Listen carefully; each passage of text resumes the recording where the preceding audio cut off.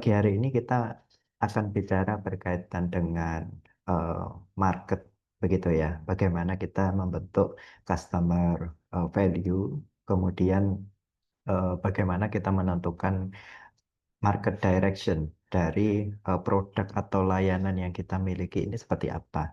Karena perlu disadari bahwa di kalau kita melihat pasar, banyak pergeseran yang terjadi. Artinya begini, kondisi pasar 20 tahun sebelumnya dan juga kondisi pasar saat ini sangat banyak hal yang berbeda. Mulai dari apa yang diperdagangkan, kemudian bagaimana preferensi dari pelanggan dan lain sebagainya. Maka penting ya kita perlu menyadari bahwa perubahan-perubahan yang terjadi di sekeliling kita ini sedikit banyak tentu pasti akan berdampak pada kinerja dari perusahaan Bapak Ibu sekalian. Sehingga perlu dilakukan analisis begitu ya, perlu dilakukan analisis bagaimana sebetulnya kondisi dari, kalau kita bicara pasar berarti eksternal faktor ya, bagaimana kondisi dari market ini dapat membentuk atau bahkan bisnis dari Bapak Ibu yang seharusnya membentuk pasar. Nah, ini menarik karena kita melihat ada beberapa kasus, beberapa contoh gitu ya di pasar. Ada yang perusahaan atau produk layanan itu dibentuk oleh pasar, tapi ada juga produk atau layanan yang justru mereka yang membentuk pasar. Nah, ini dua hal yang berbeda dan itu adalah sesuatu yang mungkin nanti Bapak Ibu sekalian juga bisa dalami lebih lanjut ya. Mungkin ada insight atau tiba-tiba Bapak Ibu ada inspirasi berpikir bagaimana sebetulnya produk atau layanan dari Bapak Ibu ini ketika eh, diluncurkan atau ketika dijual di pasar itu nanti seperti apa gitu. Oke, boleh di next. Baik, Bapak Ibu ada yang suka kamera? Ya, mungkin bagi Bapak Ibu yang mengikuti perkembangan kamera ini eh, cukup menarik ya. Kalau kita lihat bagaimana produk kamera yang ada di pasar, mungkin saya katakan 20-30 tahun sebelumnya ya, zaman-zaman kita masih sangat familiar dengan kamera-kamera analog, kamera-kamera film yang mungkin pada beberapa segmen kamera tertentu ukurannya sangat besar ya. Kemudian kita melihat pergeseran bagaimana mungkin tidak perlu jauh-jauh, kamera dari 10-15 tahun sebelumnya kita masih pakai kamera-kamera yang mostly ukurannya cukup besar ya, kita sebut itu DSLR. Kemudian mulai bergeser 10 tahun ke belakang, sorry 15 tahun ke belakang, kita mulai kenal namanya mirrorless kamera. Ada kamera-kamera yang ukurannya cukup kecil, tidak sebesar kamera-kamera DSLR, bahkan ada beberapa yang mungkin muat di saku Bapak Ibu, ya. Kamera-kamera mirrorless ini menawarkan kualitas yang sangat baik, ya, menawarkan kualitas yang sangat baik dengan ukuran yang lebih ringkas dan juga secara sistem operasional optiknya itu berbeda dengan kamera DSLR. Sebagaimana namanya ya, mirrorless, tidak ada kacanya, mirrorless. Nah, di tahun ini salah satu brand kamera Fujifilm itu meluncurkan salah satu produk mereka yang diberi nama Fujifilm X-Half. Mungkin kalau Bapak Ibu ada yang familiar dengan produk ini mungkin akan lebih relate gitu ya, akan paham. Apa yang ditawarkan oleh kamera Fujifilm X-Half di tahun ini? Ketika kita melihat banyak kamera-kamera dengan harga serupa, saya bilang ya, karena Fujifilm X-Half ini seingat saya dibanderol dengan harga sekitar 13-14 juta kalau tidak salah. Banyak kamera-kamera pada segmen harga tersebut yang menawarkan secara resolusi lebih tinggi dari Fujifilm. Secara kemampuan autofocus lebih cepat dari Fujifilm. Bahkan pada beberapa jenis kamera, mereka sudah bisa dikategorikan atau sudah bisa digunakan untuk keperluan profesional. Berbeda dengan Fujifilm X-Half, orang yang beli Fujifilm X-Half kecil kemungkinan akan digunakan untuk kebutuhan profesional. Jadi kebanyakan pasti akan digunakan untuk hobi, traveling, dan mungkin aktivitas-aktivitas lain yang sifatnya eh, tidak merujuk pada ranah profesional seperti itu. Lantas, apa yang mendasari Fujifilm dengan berani atau dengan percaya diri meluncurkan kamera dengan rentang harga demikian, ya, dibandingkan dengan produk-produk dari kompetitor dengan range harga yang sama, tapi yang memiliki secara spesifikasi jauh lebih mumpuni daripada Fujifilm X-Half. Jadi Fujifilm melihat bahwa apa yang mereka tawarkan pada lini produk X-Half-nya itu bukanlah secara spesifikasi. Mereka memang secara spesifik meluncurkan produk itu tidak digunakan untuk keperluan profesional syuting, untuk iklan dan sejenisnya gitu tidak. Tapi memang Fujifilm melihat bahwa ada kecenderungan dari pasar. Eh, Mungkin kalau saya menyebutnya adalah eh, rekreasional gitu ya. Jadi pada beberapa preferensi konsumen, mereka kembali pada preferensi di mana kamera-kamera lawas ini punya ciri khas yang mereka cari kembali, yang tidak bisa mereka dapatkan pada kamera-kamera digital yang modern, gitu ya. Mungkin yang looks-nya agak grainy gitu ya. Ada ada beberapa looks yang tidak bisa atau sulit dicapai dengan kamera-kamera digital yang modern seperti itu. Nah, Fuji Film S-Hub hadir untuk mengisi segmen tersebut, di mana preferensi pelanggan mereka kembali menyukai kamera-kamera yang seperti kamera analog, kamera film dengan hasil-hasil yang eh, cukup ikonik seperti itu. Dan memang secara spesifik ditujukan demikian. Jadi kalau kita eh, bicara produk Fujifilm X-Hub ini kita bandingkan dengan yang eh, pada range harga yang sama, kamera modern, itu tidak akan match. Karena memang secara tujuan peluncurannya bukan untuk berkompetisi pada ranah profesional. Seperti itu. Jadi eh, ini jadi salah satu, mungkin jadi salah satu referensi juga bagi Bapak Ibu. Ketika Bapak Ibu eh, memutuskan atau merancang produk dan layanan dari Bapak Ibu untuk dipasarkan di pasar ini seperti apa. Artinya kita harus benar-benar memahami sebetulnya produk dan layanan kita itu dibuat untuk siapa, yang pertama.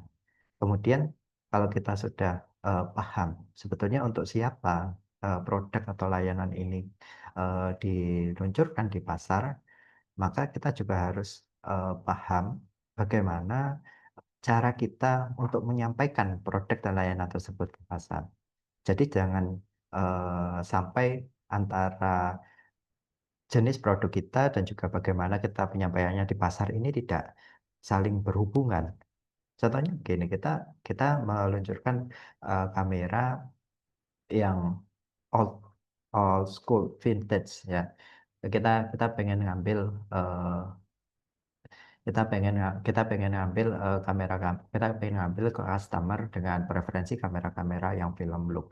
Kemudian ketika disampaikan ke pasar secara komunikasi produknya disampaikan bahwa kamera tersebut memiliki spesifikasi yang terbaik. Nah, itu kan tidak match antara strategi komunikasi dan juga dengan tujuan awal dari produk atau layanan itu dibuat.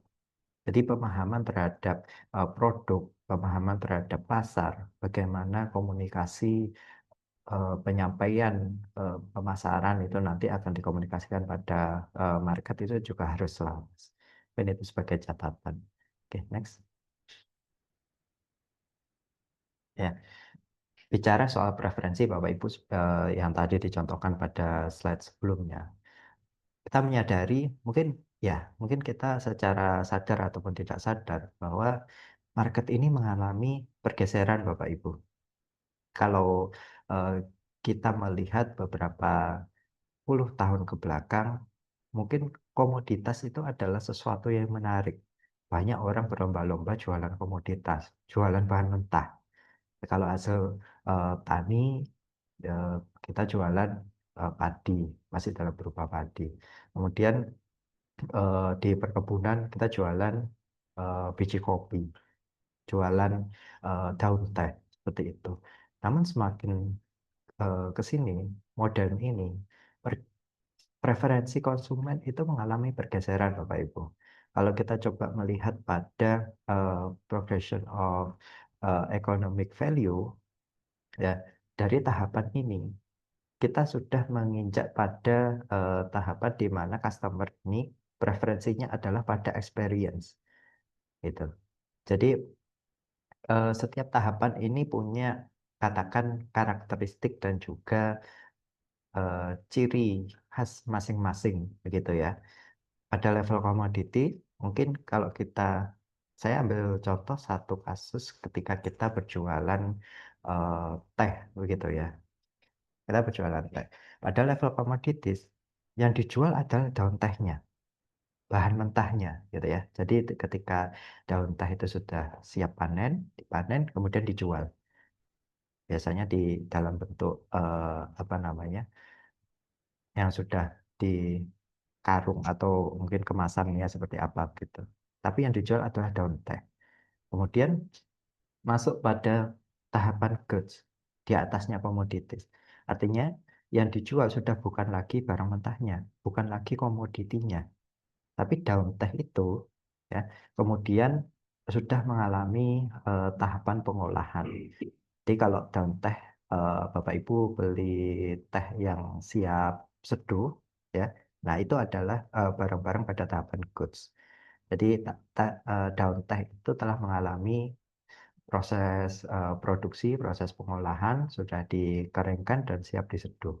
Kemudian dijual dalam bentuk kantong-kantong teh atau daun teh kering. Nah, itu adalah barang-barang yang kita klasifikasikan dalam tahapan goods. Lebih tinggi lagi yaitu di delivery, ya, yaitu misal Bapak Ibu datang ke toko teh, kemudian Bapak Ibu membeli teh dan diseduhkan sehingga teh itu siap untuk diminum. Jadi Bapak Ibu tinggal membayar dan langsung minum tehnya. Nah, itu pada delivery. Jadi produk atau layanan itu berada pada tahapan sampai siap digunakan atau siap dikonsumsi oleh eh, customer, oleh pelanggan, oleh user. Nah, itu pada tahapan delivery. Di atas itu yang kita alami juga sekarang, banyak berkembang di eh, pasar juga ya, yaitu adalah tahapan experience. Nah, ini lebih kompleks lagi. Tahapan experience ini kita tidak bisa melihat pada satu sisi apa sebetulnya yang menciptakan experience dari pelanggan, karena experience ini diciptakan dari berbagai hal, ya, berbagai macam-macam. Tergantung dari produk atau layanan Bapak Ibu secara value proposition yang dapat meningkatkan experience pelanggan ini seperti apa. Contohnya mungkin Bapak Ibu yang pernah saya lupa ada di Grand Indonesia atau di Plaza Indonesia, ada namanya Gaya Tea House kalau nggak salah. Jadi di sana Bapak Ibu bisa tidak hanya datang untuk beli dan minum teh. Tapi ketika Bapak Ibu datang ke sana, Bapak Ibu bisa merasakan atmosfer tokonya dengan banyak produk-produk daun teh gitu ya dari berbagai macam negara, berbagai jenis daun teh yang siap seduh gitu ya. Bapak Ibu akan diberikan edukasi daun teh ini rasanya seperti apa, dengan tipe teh ini rasanya seperti apa, bagaimana kalau nanti dicampur dan lain sebagainya. Bapak Ibu bisa merasakan experience dari mengelilingi tokonya, melihat-lihat tipe daun teh, kemudian merasakan hasil seduhan dari berbagai macam daun teh, sampai akhirnya eh, Bapak Ibu merasa ke sana itu nggak hanya sekedar minum teh, tapi sampai pada tahapan Bapak Ibu ketika berkunjung ke toko, itu sifatnya adalah rekreasional. Jadi ketika Bapak Ibu rasakan experience mulai dari datang menghirup bau teh sampai pilih-pilih daun teh dan eksperimen mencampur satu jenis teh dengan teh lainnya sampai Bapak Ibu merasa eh, senang ya, sampai Bapak Ibu merasa senang ketika mengunjungi kedai teh tersebut. Maka itu yang dinamakan experience. Jauh lebih kompleks daripada sekedar Bapak Ibu datang dan juga minum kopi. Jadi ada eh, poin rekreasional, kalau saya menyebutnya. Ada poin rekreasional yang Bapak Ibu rasakan ketika Bapak Ibu mengunjungi eh, tempat atau atau menggunakan produk atau layanan yang dia itu sudah berada pada tahapan experience.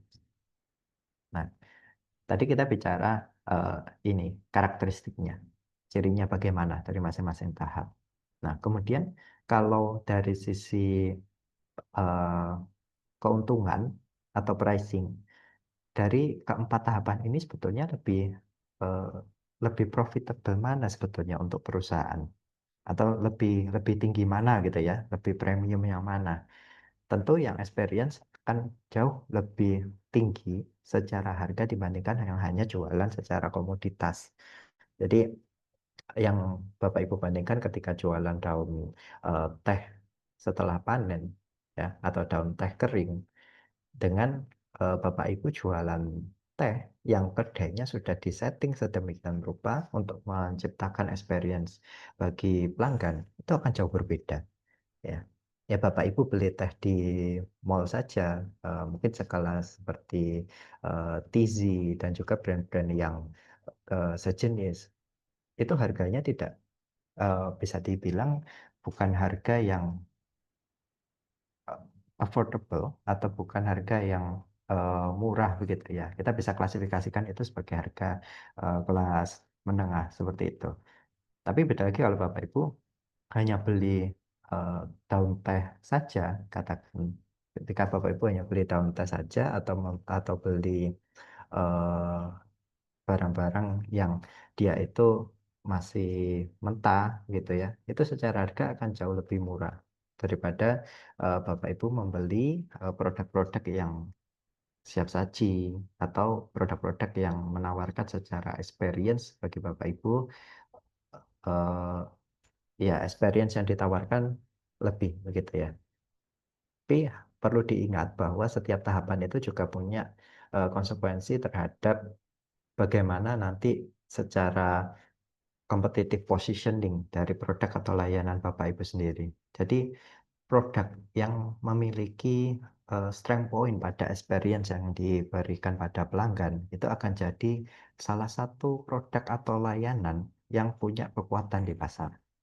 Jadi mungkin yang familiar dengan Bapak Ibu juga itu adalah Starbucks. Jadi Starbucks itu kan tidak hanya jualan kopi saja begitu ya Bapak Ibu. Jadi secara store ambien dari toko dari ambien di Starbucks itu kan memang diciptakan sedemikian rupa supaya orang itu nyaman untuk ketemu kolega, untuk meeting di sana seperti itu. Contoh lagi ada IKEA. Jadi IKEA juga tidak hanya sekedar menjual perabot rumah tangga, tidak hanya sekedar menjual lemari, sofa dan lain sebagainya, tapi mereka menciptakan experience.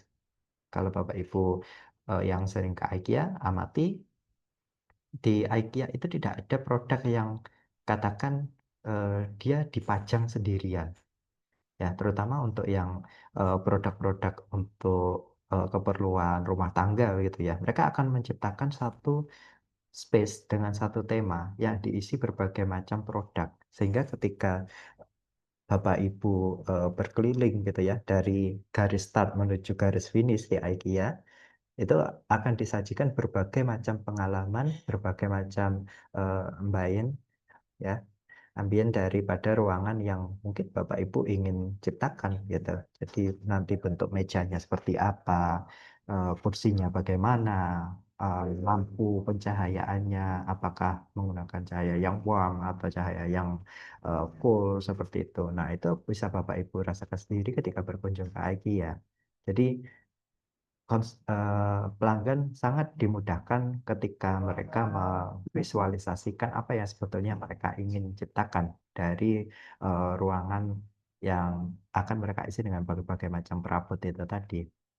Jadi ketika produk atau layanan itu berada pada tahapan experience, maka kustomisasinya pasti tinggi, harus tinggi. Jadi contoh di IKEA tadi, ketika ada satu space yang ingin diciptakan dengan tema Skandinavian katakan ya, gitu. Maka harus benar-benar di-customize dalam satu ruangan, sofanya itu bagaimana secara bentuk. Karena Skandinavian tentu kita nggak bisa pakai katakan sofa yang temanya klasik seperti itu kan tidak masuk dengan tema yang ingin diciptakan. Bagaimana warnanya, bagaimana pencahayaan ketika kita bicara konsep Skandinavia dan lain sebagainya. Maka kustomisasi ini sangatlah tinggi. Kalau kita bicara produk atau layanan yang memang eh, secara tujuan penciptaannya kita kita setting sebagai produk atau layanan yang dia memberikan experience bagi user. Nah, beda kalau dia hanya sekedar komoditas, maka tidak perlu ada kustomisasi. Daun teh ketika sudah dipanen ya dijual secara mentah, daun teh yang dijual. Hanya mungkin perlu di packing gitu ya, entah menggunakan karung atau menggunakan peti. Ya, seperti itu. Jadi ada perbedaan yang cukup mencolok dari pergeseran preferensi pelanggan di pasar seperti itu. Ketika Bapak Ibu menyadari sebetulnya produk dan layanan dari Bapak Ibu ini ditujukan pada pelanggan yang seperti apa? Apakah mereka adalah tipe-tipe pelanggan yang mengutamakan, mementingkan adanya preferensi mereka untuk dipenuhi, atau mereka hanya sekedar produk atau layanan itu hanya sebagai katakan basic needs-nya mereka dan dapat dipenuhi dalam berbagai kondisi. Artinya bisa dalam kondisi barang mentah, bisa dalam kondisi barang setengah jadi, barang jadi, tidak perlu ada experience. Nah, itu Bapak Ibu yang bisa menentukan, menganalisis produk atau layanan Bapak Ibu, positioningnya dalam pasar seperti apa. Tapi yang jadi kata kunci, semakin pelanggan merasa eh, ada keterikatan atau ada experience yang tidak bisa mereka dapatkan dari produk lain, maka secara kompetitif positioning dari produk atau layanan Bapak Ibu itu akan tinggi di pasar. Nah, mungkin seperti itu. Oke, boleh next. Nah, jadi setelah kita menyadari di pasar itu sebetulnya ada pergeseran terkait dengan preferensi pelanggan, maka apa yang perlu kita lakukan? Tentu kita akan melakukan namanya market research.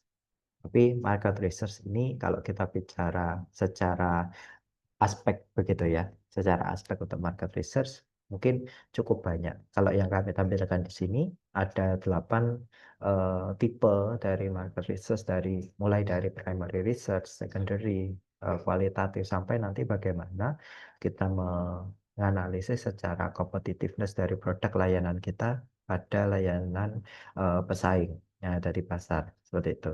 Tapi mungkin kita di sini akan fokus pada customer research. Jadi boleh sebelumnya dulu. Oke.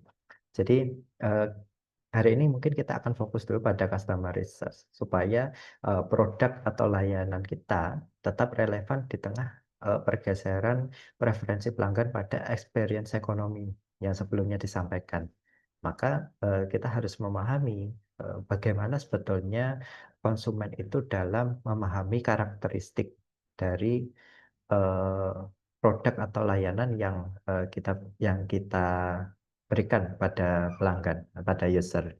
Seperti itu. Jadi ketika kita memutuskan ya, contoh di awal tadi ya saya berikan ilustrasi sebuah produk kamera ya. Kita harus memahami bagaimana karakteristik pelanggan itu tercipta di pasar.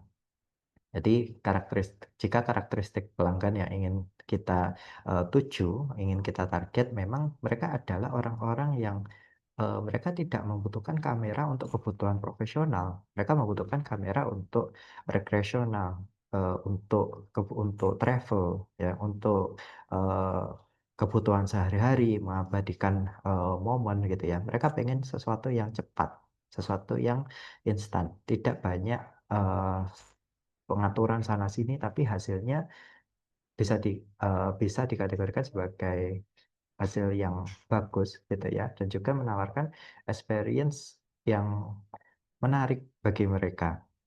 Nah, bagaimana karakteristik dari pelanggan itu dipahami, itu juga akan menentukan bagaimana ketika Bapak Ibu men-setting dari produk atau layanan Bapak Ibu ini untuk kemudian disampaikan ke pasar. Jadi memahami karakteristik pelanggan ini adalah sesuatu yang bisa dibilang cukup krusial ketika Bapak Ibu berbicara strategi pemasaran seperti itu. Kemudian mengidentifikasi tren dari pasar. Jadi terutama ini ya, kalau kita bicara tren ini dengan kondisi sekarang, sesuatu yang viral ini yang cepat beradaptasi gitu ya rasanya. Jadi ada sesuatu yang viral pasti followersnya itu banyak.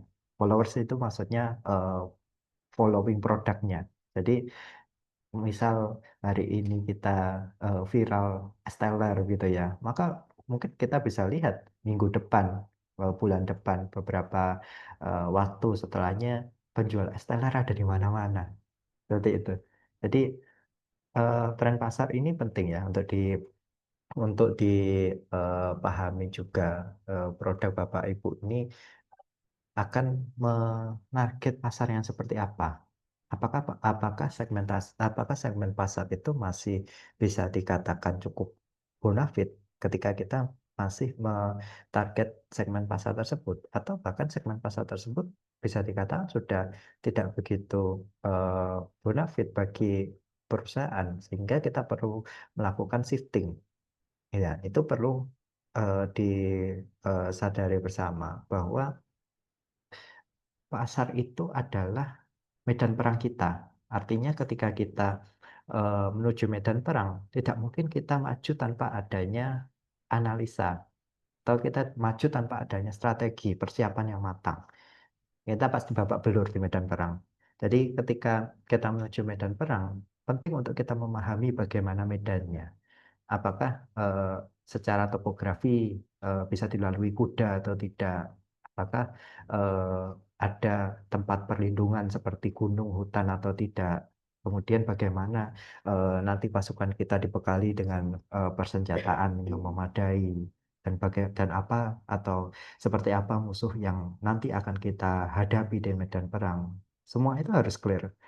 Ketika kita memiliki informasi yang semakin kompleks ya, semakin lengkap terkait dengan pasar, pesaing, dan lain sebagainya, maka pandangan kita terhadap market akan semakin jelas.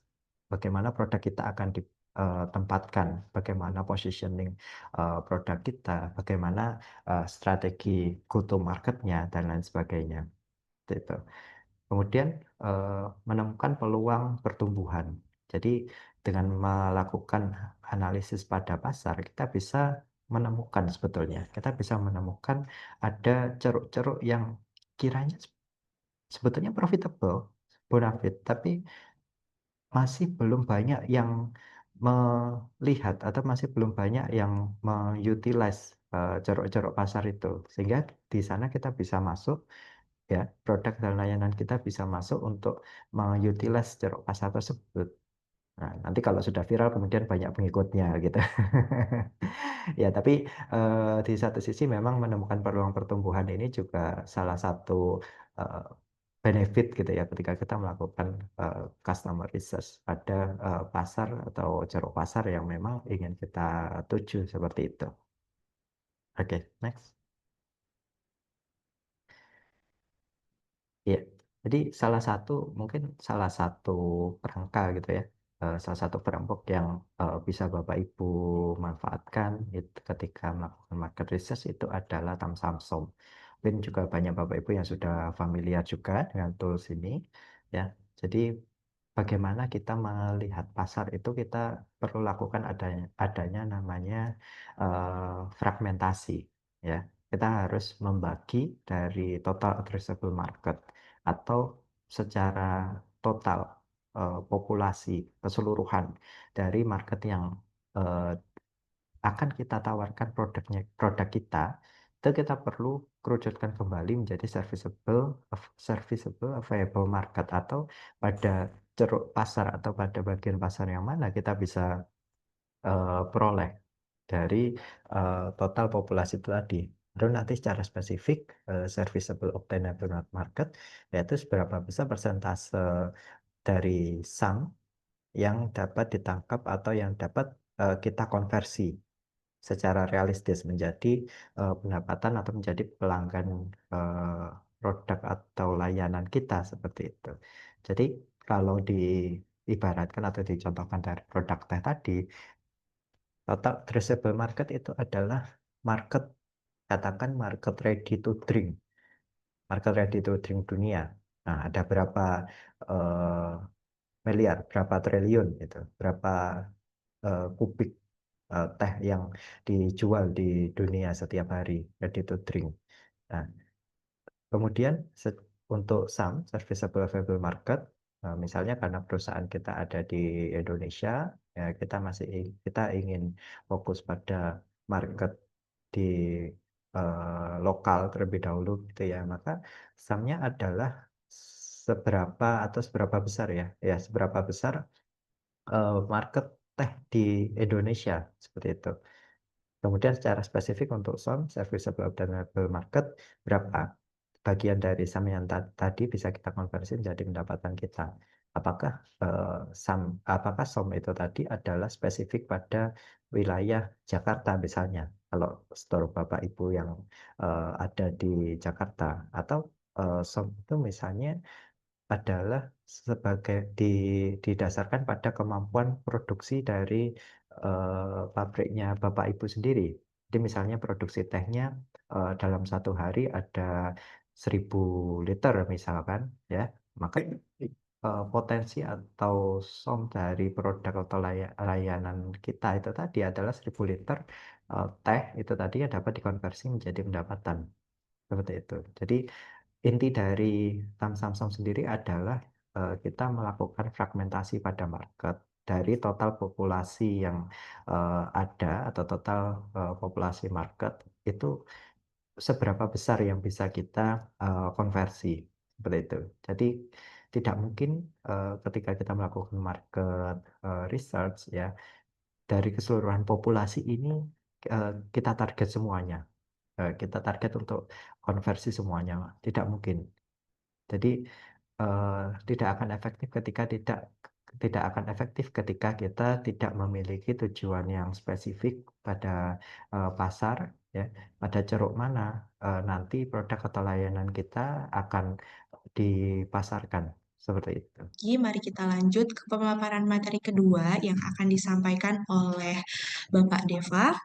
Langsung saja kepada Bapak Deva, saya persilahkan. Terima kasih Bu Alfi. Jadi selamat pagi Bapak Ibu sekalian gitu ya. Tadi juga sudah sedikit banyak mendengarkan dari apa yang disampaikan oleh Pak Rizky ya. Bagaimana sebuah tren pasar itu berubah, kemudian bagaimana sebuah bisnis itu memahami pelanggannya sehingga pelanggan tersebut memperoleh pengalaman-pengalaman yang itu bisa jadi pengalaman memorable yang nantinya itu akan membawa kembali pelanggan tersebut ke bisnis Bapak Ibu. Nah, kemudian di sini saya akan sedikit banyak menjelaskan ya Bapak Ibu berkaitan dengan materi minggu lalu, begitu ya, yang saya bawakan juga bagaimana sebetulnya bisnis ini betul-betul memahami pelanggannya. Nah, bagaimana? Dan salah satunya adalah dengan melalui strategic customer research. Boleh next. Ya, nah sebetulnya begini Bapak Ibu. Seringkali kan kita juga nih sebagai pebisnis gitu ya. Khususnya mungkin kalau kita bicara bisnis, mungkin yang paling banyak sekarang ya bisnis di sektor makanan minuman ya, di F&B. Kalau saja mungkin kita sekarang bicara berkaitan dengan coffee shop gitu ya. Nah, seringkali kita mengira bahwa pelanggan itu membeli produk kita gitu ya, membeli kopi kita ataupun minuman yang kita jual ya di coffee shop kita itu karena alasan sederhana. Misalkan kopinya enak gitu ya. Nah, kemudian sebetulnya di balik kopi yang enak itu ada pengalaman ataupun ada hal-hal yang sifatnya itu sebagai apa bisnis gitu ya, kita bisa gali lebih dalam gitu ya. Artinya ada alasan kompleks nih di balik sederhana sesederhana kita suka dengan kopinya. Nah, pasti di alasan yang kompleks tersebut ya, Bapak Ibu, misalkan nih kita berkunjung di coffee shop tersebut, nyatanya tidak hanya kopinya yang enak gitu ya, tapi mungkin tempat duduknya yang nyaman gitu ya. Kayak misalkan tempat duduknya dari sofa gitu ya. Jadi ketika kita ngobrol ataupun kita meeting gitu ya, itu benar-benar dimanjakan untuk duduk karena ada sofanya. Nah, seperti itu. Mungkin selain itu ya, selain kopinya enak, dari sisi kalau misalkan saya sebagai pekerja ke coffee shop gitu ya, saya mencari coffee shop yang colokannya banyak. Karena apa? Karena seringkali saya akan berlama-lama di situ untuk kerja, gitu ya. Jadi dengan adanya colokan yang banyak itu akan memudahkan saya ketika nanti mungkin gadget ataupun laptop saya itu baterainya habis. Nah, dengan mudah saya bisa memperoleh sumber listrik gitu ya, dan saya bisa melanjutkan kerja. Beda lagi kalau misalkan colokannya nggak ada, nah itu pasti akan menyulitkan saya. Nah, hal-hal seperti itu yang sebetulnya dari sisi bisnis ya Bapak Ibu semua itu kita bisa meminimalisir lah antara ekspektasi gitu ya ataupun kebutuhan dari pelanggan itu sendiri terhadap apa yang kita tawarkan, service ataupun layanan ataupun produk yang eh, kita bisa tawarkan ke pelanggan gitu ya. Sehingga balik lagi kita sebagai pebisnis gitu ya, kita jangan sampai memikirkan bahwa ya kita yang jualan gitu ya, terus kemudian customer mengikuti kita. Nah, sebetulnya ini yang mungkin cukup banyak juga bisnis-bisnis yang modelnya seperti itu gitu ya. Artinya eh, kita gitu ya sebagai pebisnis perlu memahami apakah pelanggan ini gitu ya benar-benar eh, sesuai ataupun benar-benar kita bisa mengetahui, mengidentifikasi kebutuhan dari pelanggan tersebut. Apakah pelanggan itu merasa kita sebagai pebisnis gitu ya, memahami mereka, memahami pelanggan. Nah, di sini sebetulnya peran dari customer research Bapak Ibu. Jadi customer research ini akan membantu bisnis Bapak Ibu itu meminimalisir ya adanya tadi kesenjangan dari harapan ataupun ekspektasi dari pelanggan terhadap eh, apa yang kita tawarkan gitu ya, produk, service dan lainnya. Nah, sebetulnya kalau kita bicara customer research ya, Bapak Ibu, nah customer research ini kita anggap saja sebagai proses bagaimana kita itu ya sebagai bisnis itu memahami apa yang sebetulnya itu menjadi isi kepala gitu ya dan juga isi hati dari pelanggan ya. Jadi semacam mungkin kalau bisnis itu cowok ya kita memahami ceweknya bagaimana gitu ya Bapak Ibu semua. Nah, misalkan kalau kita balik lagi ke konteks coffee shop gitu ya Bapak Ibu. Nah, riset pelanggan gitu ya atau customer research itu bagaimana kita bisa men-testing produk kita terlebih dahulu gitu ya sebelum kita jual. Nah, artinya gimana? Nah, misalkan nih kalau kita ke coffee shop biasanya memang baristanya itu mempersiapkan terlebih dahulu gitu ya, terus kemudian mereka mencicipi rasa dari kopinya apakah grindingnya berlebihan dan lain sebagainya gitu yang menyebabkan mungkin rasa kopinya itu tidak konsisten gitu ya Bapak Ibu. Nah, itu yang sebetulnya menjadi salah satu concern juga dari bisnis ya Bapak Ibu untuk kita bisa tetap mempertahankan bagaimana harapan ataupun ekspektasi pelanggan gitu ya. Kayak yang mungkin saya sampaikan di awal, misalkan ke coffee shop gitu ya, karena mungkin memang secara sederhana kita bilang kopinya enak gitu ya. Nah, bukan berarti karena kita menyampaikan tersebut kita eh, terus turun gitu ya performa dalam kita menyajikan kekonsistenan dari rasa kopi tersebut. Nah, kemudian juga Bapak Ibu, customer research tidak hanya bagaimana kita memahami dari sisi behavioralnya tadi ya, ataupun psikografinya, tapi juga kita perlu memahami demografi ataupun geografi daripada pelanggan kita, gitu ya. Misalkan mungkin sebagai contoh kita memiliki bisnis coffee shop, gitu ya, Bapak Ibu semua, tapi kita bikin konsep coffee shopnya itu adalah coffee shop yang benar-benar premium, gitu ya. Dan kita mungkin mendirikan coffee shopnya itu berada di area kampus, gitu ya. Nah, sebetulnya ya tidak ada masalah gitu ya. Artinya mungkin kita akan mentarget dengan mahasiswa-mahasiswa yang mungkin memang uang bulanannya banyak gitu ya.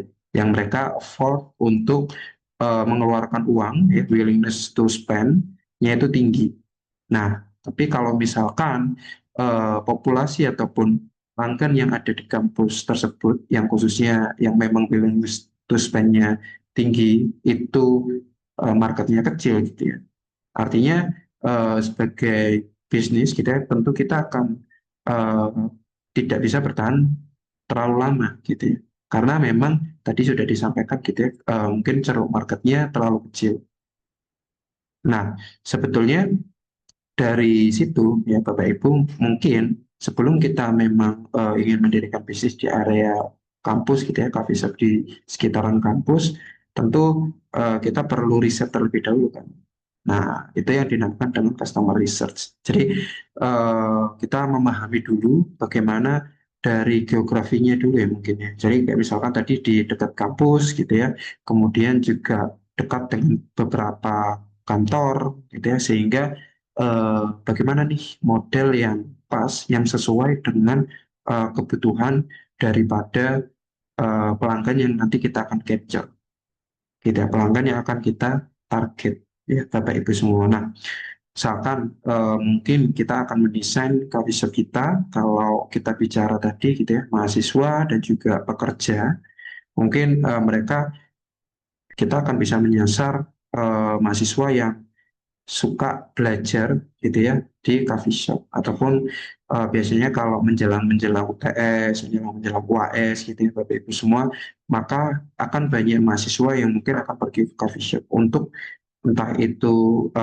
mereka membeli kopi gitu ya untuk sebagai pendamping mereka belajar gitu ya, atau mengerjakan tugasnya mereka.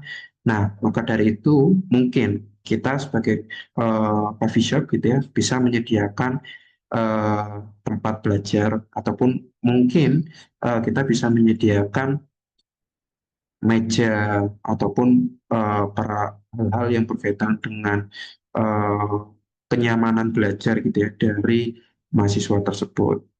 Nah, di sisi lain mungkin itu juga bisa berlaku dengan hadirnya para pekerja gitu ya, ataupun kita target juga para pekerja. Jadi misalkan kalau para pekerja itu mereka ingin bekerja di kafe, ya mereka juga bisa menggunakan fasilitas yang sama dengan mahasiswa tersebut. Tapi kalau misalkan kita bicara pekerjanya di sana itu bertemu di siang hari gitu ya, artinya waktu istirahat, waktu makan. Nah, di mana kalau kita bicara terkait itu, gitu ya, eh, kita bisa menyediakan mungkin tempat yang seperti tadi gitu ya, sofa ataupun hal-hal yang bisa menunjang kenyamanan untuk ngobrol, untuk makan dan juga untuk mungkin berdiskusi dan lain sebagainya. Nah, hal-hal yang seperti itu ya Bapak Ibu semua yang sebetulnya juga bisa diperhatikan oleh bisnis gitu ya, untuk kita bisa benar-benar memahami kebutuhan dari pelanggan kita seperti apa dan kita menyajikannya bagaimana agar kita bisa sesuai dan selaras dengan kebutuhan pelanggan gitu ya Bapak Ibu semua. Nah, tadi karena kita sudah bicara demografi, gitu ya. Nah, demografi ini juga kita perlu pahami ya, Bapak Ibu. Artinya mungkin kalau dari mahasiswa, gitu ya, memang mahasiswa ini kan berusia mungkin sekitaran 19, gitu ya, 20 sampai 24, gitu ya. Mungkin untuk mahasiswa S1. Nah, kemudian mereka bagaimana pendapatannya, apakah mereka willingness spend-nya tinggi gitu ya, willingness to spend-nya tinggi seperti yang tadi saya sampaikan, atau willingness to spend-nya moderat ataupun rendah. Nah, ini untuk kita bisa melakukan personalisasi terhadap pelanggan gitu ya, agar bisa menciptakan pengalaman-pengalaman tersendiri bagi mereka. Nah, kemudian kita sudah bicara geografi gitu ya, Bapak Ibu semua, psikografi dan juga behavioral. Nah, kemudian, nah ini menjadi part favorit saya, Bapak Ibu, karena kalau kita bicara bisnis gitu ya, dan tadi juga saya sampaikan bagaimana kita memahami pelanggan kita, gitu ya, untuk kita bisa menyesuaikan ataupun meningkatkan layanan kita ataupun produk kita. Nah, kita bisa berangkat dari customer pain points ya Bapak Ibu. Nah, sebetulnya apa sih customer pain points itu ya? Nah, sederhananya customer pain points itu mungkin semacam keluhan gitu ya, ataupun komplain, ataupun ya kita kalau misalkan dari sisi bisnis ya, perspektif bisnis, ya mungkin ini drama dari pelanggan gitu ya. Artinya kalau kita bicara dengan pelanggan, pasti mereka akan memiliki dramanya masing-masing gitu ya. Tapi di sini Bapak Ibu semua saya bantu petakan gitu ya untuk Bapak Ibu sebagai pebisnis, kita perlu memahami sebetulnya drama-drama apa atau keluhan-keluhan apa nih yang muncul dari pelanggan. Nah, umumnya itu ada 4 ya Bapak Ibu semua. Nah, itu ada berkaitan dengan pain points gitu ya, terus kemudian financial pain points, yang ketiga itu ada support pain points, dan juga yang terakhir itu proses pain points. Gitu ya, Bapak Ibu semua. Nah, kemudian yang pertama jelas ya, Bapak Ibu, kalau kita berbisnis gitu ya, kita akan menjual produk ataupun layanan gitu ya. Jadi tentu pain points yang datang pertama kali oleh pelanggan gitu ya, itu tidak lain bukan adalah produknya ataupun dari sisi servisnya gitu ya. Nah, di sini biasanya memang pelanggan itu mengharapkan experience ataupun kebutuhannya mereka yang apa ya, mungkin dengan produk ini ataupun dengan layanan ini gitu ya, itu sangat membantu menyelesaikan permasalahan-permasalahan mereka gitu ya. Misalkan kalau kita bicara coffee shop gitu ya, Bapak Ibu semua, jadi mungkin tadi ya balik lagi, mereka ingin merasakan kelezatan ataupun kenikmatan kopi gitu ya. Maka dari itu kopi yang kita serve ataupun yang kita sajikan itu kopi yang benar-benar konsisten rasanya gitu ya, ataupun yang enak lah secara sederhana seperti itu. Tapi sebetulnya kalau kita bicara coffee shop ya Bapak Ibu, kadang-kala banyak ya sekarang coffee shop yang menggunakan aplikasi gitu ya untuk order ataupun untuk adanya membership dan lain sebagainya. Nah, ini yang perlu diperhatikan betul ya Bapak Ibu. Artinya seperti ini. Jadi awalnya sebelum adanya aplikasi tersebut, pelanggan mungkin bisa datang ke coffee shop, kemudian memesan dan mereka bisa menikmati kopinya dengan nikmat gitu ya, ataupun dengan fasilitas-fasilitas yang kita sudah berikan. Nah, kemudian muncul adanya aplikasi gitu ya. untuk mungkin kita bisa melakukan database ataupun kita bisa melakukan eh, apa ya, kemudahan untuk pelanggan. Jadi pelanggan nggak perlu ngantri gitu ya di kasir, mereka bisa langsung duduk pesan lewat aplikasinya. Sehingga terus kemudian mereka bisa ambil di counter ataupun mungkin bisa diantar gitu ya Bapak Ibu semua. Nah, ini yang perlu diperhatikan betul, apakah eh, aplikasi ini gitu ya itu benar-benar dapat memudahkan pelanggan atau justru malah mungkin bisa eh, me, apa ya, meribetkan pelanggan lah ya. Jadi misalkan kalau ada aplikasinya error gitu ya, terus kemudian ada eh, hal-hal yang tidak terduga yang malah justru membuat pelanggan itu merasa ribet gitu ya Bapak Ibu semua. Nah, kemudian juga misalkan sebagai contoh kalau kita menyajikan sebuah menu gitu ya, menu-menu yang terpampang. Nah, biasanya memang kalau kita bicara menu gitu ya, kita akan lakukan eh, polesan gitu ya. Artinya foto-foto menu yang kita tampilkan itu memang yang foto terbaik. Nah, tapi jangan sampai apa namanya, ketika kita menyajikan kopi ataupun makanan yang ada di foto menu tersebut itu berbeda gitu ya, antara apa yang ditampilkan dengan apa yang disajikan, yang sehingga ini akan menimbulkan produk pain point ya Bapak Ibu semua. Nah, kemudian kita beralih ke financial pain point gitu ya. Nah, sederhananya kalau financial pain point adalah ada harga, ada kualitas gitu ya. Kita bicara seperti itu. Jadi artinya begini, mungkin Bapak Ibu juga sudah memahami semua gitu ya. Kita akan willingness to spend dengan harga yang tinggi, asalkan produknya itu benar-benar sesuai dengan harapan kita, ataupun sesuai dengan ekspektasinya kita, gitu ya.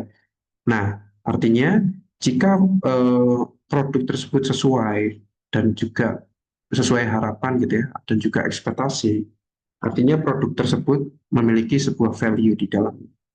Sehingga dengan harga mahal pun gitu ya, pelanggan tuh willingness to buy, untuk beli, atau mungkin bahkan mereka bisa kembali lagi gitu ya dengan eh, value-value dari produk ataupun layanan yang diberikan.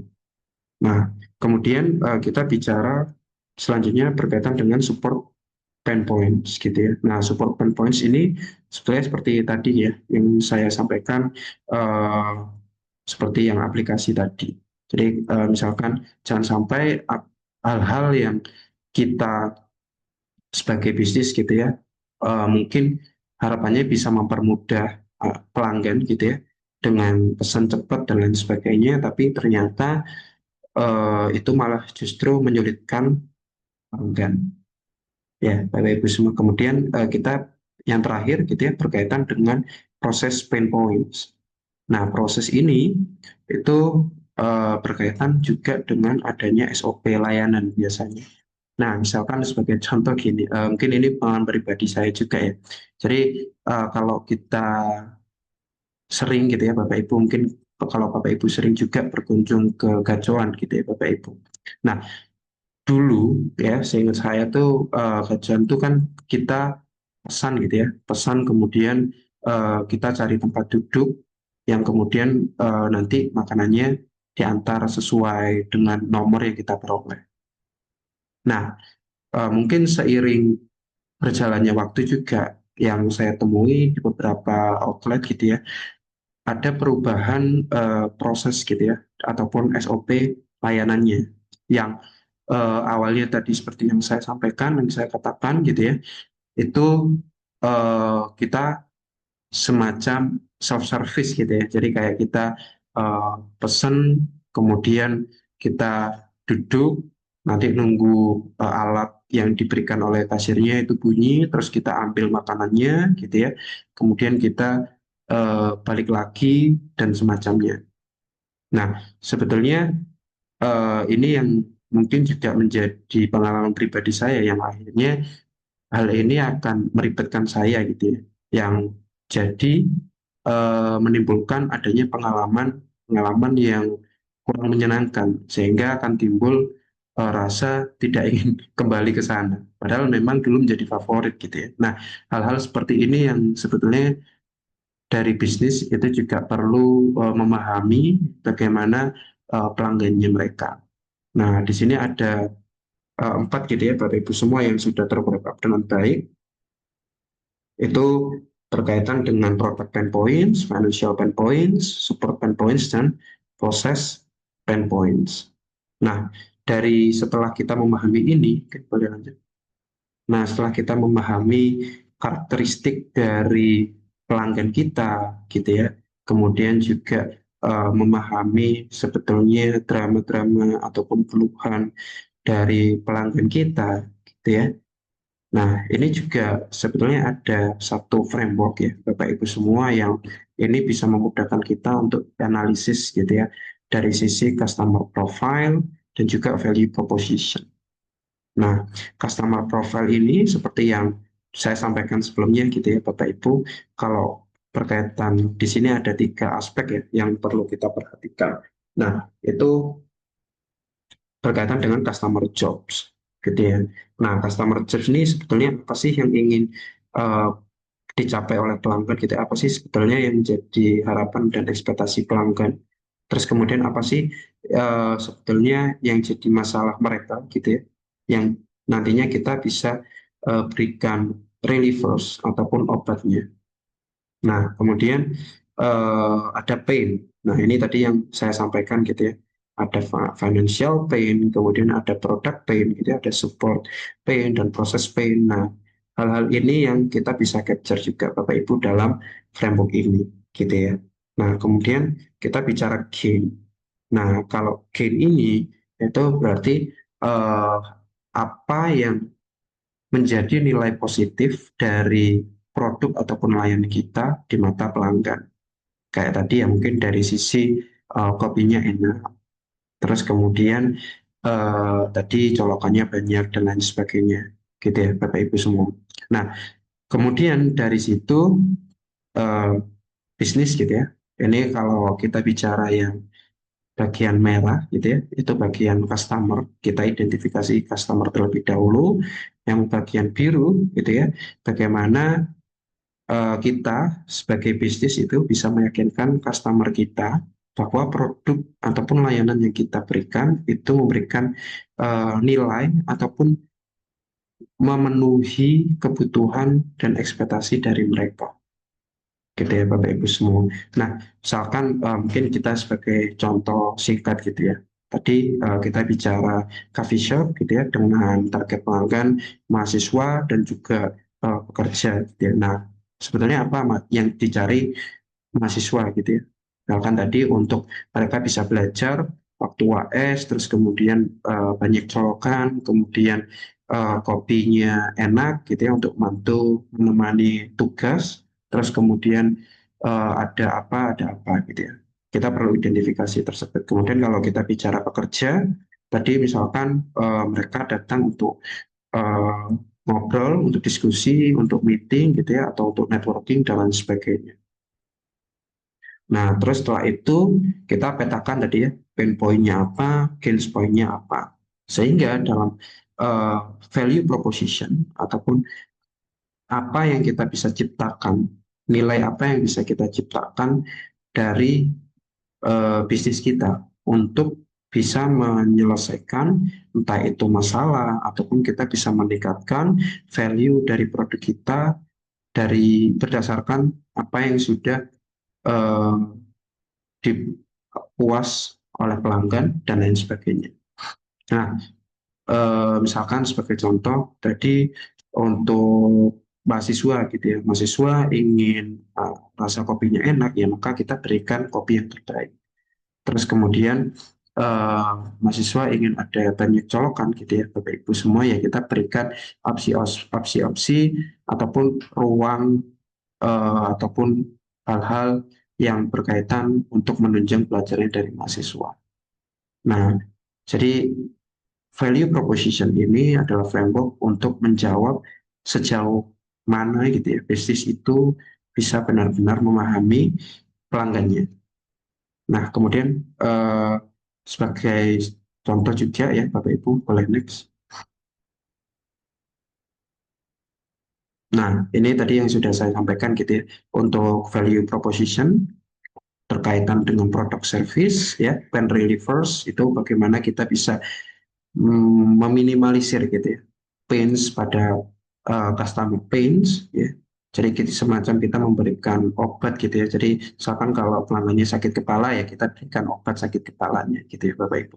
Nah kemudian untuk yang gain creator ini bagaimana kita bisa meningkatkan gitu ya dari apa yang sudah dikatakan puas oleh pelanggan. Misalkan untuk kopinya enak ya kita untuk gain creatornya kita terus memberikan eh, konsistenan dari rasa kopinya gitu ya.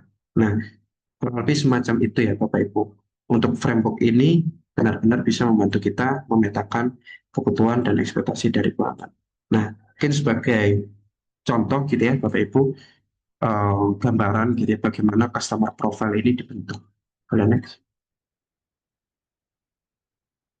Nah, misalkan sebagai contoh ya, ini salah satu riset kami, Bapak Ibu, yang berkaitan dengan customer profile. Jadi kita bisa memberikan segmentasi ataupun kita bisa mengelompokkan segmentasi dari pelanggan-pelanggan kita sehingga membentuk customer profile gitu ya, ataupun consumer persona. Jadi dari persona-persona tersebut, dari profil-profil tersebut tentu banyak yang berbeda dan mungkin dari itu kita memperoleh insight ataupun kita memperoleh data agar kita bisa meningkatkan entah itu dari produk kita juga atau dari layanannya kita gitu ya. Misalkan kita bicara di sini adalah Pak Satria Wibawa gitu ya, seorang bisnis traveler.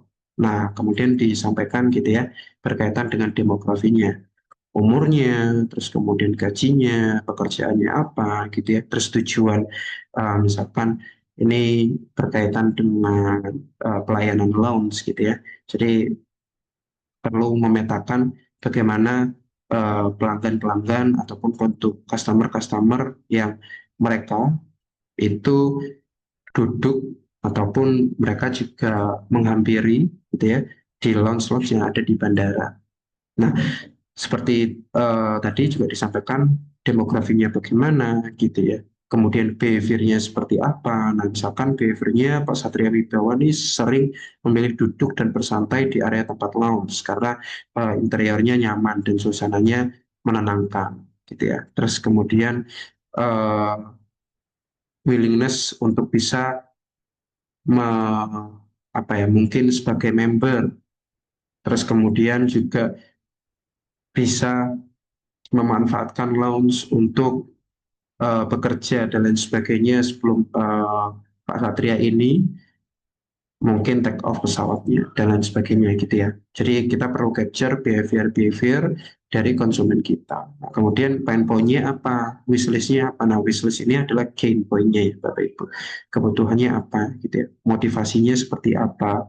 Nah, dengan bentuk seperti ini, itu kita dapat dengan mudah mengidentifikasi siapa sebetulnya pelanggan kita untuk bisa mengarahkan bagaimana kita itu benar-benar memahami dari pelanggan kita ya Bapak Ibu semua. Nah, ini merupakan contoh ya Bapak Ibu. Nah, kemudian eh, selanjutnya,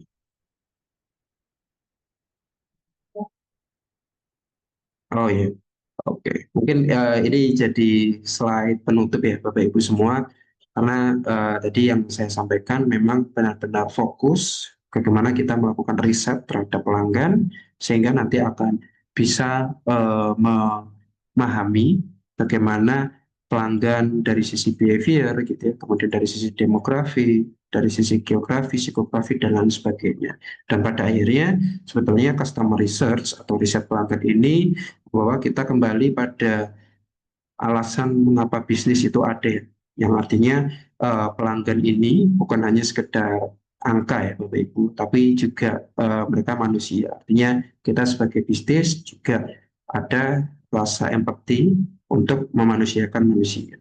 Sehingga jika kita memiliki prinsip itu, maka pelayanan-pelayanan yang kita berikan itu sebisa mungkin akan meminimalisir adanya pain point tadi yang disampaikan oleh pelanggan gitu.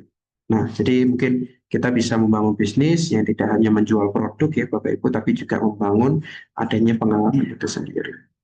Mungkin itu yang bisa saya sampaikan. Saya kembalikan ke Bu Alfi. Terima kasih.